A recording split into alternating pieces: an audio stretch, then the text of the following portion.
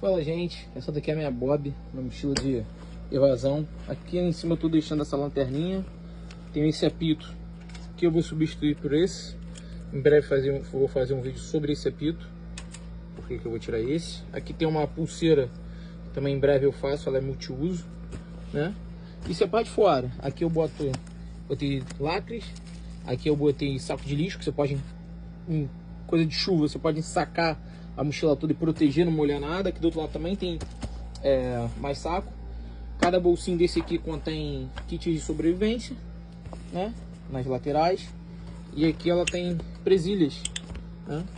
E depois eu vou fazer um vídeo sobre ela colocando tudo na bancada. Como é muita coisa, não vai dar pra fazer um vídeo curto, tem que fazer um vídeo longo. Mas é isso. Tem bastante coisa, papel higiênico, luva, gás, fogareiro, luva, máscara, tem de tudo um pouco.